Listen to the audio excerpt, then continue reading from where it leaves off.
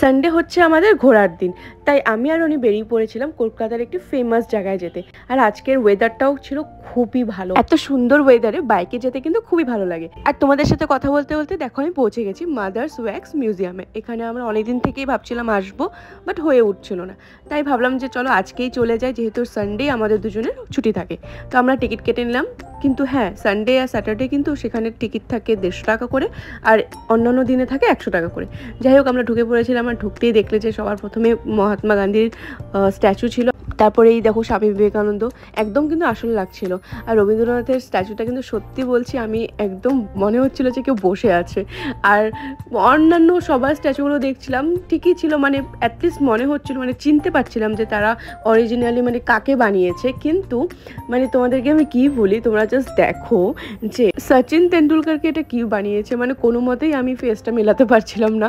মানে বিরাট কোহলিকে তো তাও মানাচ্ছিল, আর সৌরভ গাঙ্গুলিকেও মানাচ্ছিল, বাট সচিনের মুখটা না সত্যি বলছি একদম ঠিক করে কপি করতে পারিনি। ফুটবলার গুলোর ফেস গুলো তাও সিমিলার লাগছিল, এবং আর কয়েকজন সিঙ্গারেরও স্ট্যাচু আছে এখানে তোমরা দেখতে পাচ্ছ, বাট সবার ফেস গুলো দেখে চেনা যাচ্ছে মোটামুটি যে কাদের বানানো আছে স্ট্যাচু গুলো, তাই না বলো? এবার দেখো আমি স্টেজে উঠে মিঠুন চক্রবর্তীর সাথে একটু পোজ দিয়ে ফটো তুলে নিয়েছিলাম, আর তারপর অমিতাভ বচ্চনকেও দেখেও ফেসটা চেনা যাচ্ছে যেটা কে।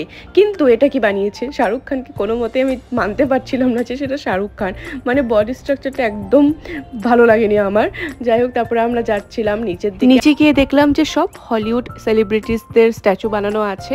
আর তারপর তোমরা দেখো যে আমার কি অবস্থা হয়েছিল এই রুমটাতে এসে। মানে আমি জানছি যে এগুলো সব ফেক, বাট স্টিল আমার ভেতরে গিয়ে খুব ভয় করছিল। মানে আমি একা ওই রুমে দিন হোক রাত হোক আমি একা যেতে পারতাম না একদমই। আর রনি যতটাই কাছে যাচ্ছিল আমার ততটাই ভয় লাগছিল, আমি ফটাফট সেখান থেকে বেরিয়ে পড়েছিলাম। এবার চলে যাচ্ছিলাম আমরা কিডস জোনে, মানে এখানে সব হলিউডের যত ফেমাস ক্যারেক্টারগুলো ছিল সেসবের স্ট্যাচু আছে, আর সাথে কিন্তু জাদুরও স্ট্যাচুটা ছিল, সবাই চেনো মোটু পাতলু। আর তারপর আমি একটু বসে ডোরেমনের সাথে ফটো তুলে নিয়েছিলাম। আর এটা হচ্ছে ট্যাটু লাইট রুম, এক্সাক্ট নামটা তো আমার মনে নেই, মানে তুমি সামনে গেলে তোমার উপরে লাইটগুলো রিফ্লেক্ট করবে।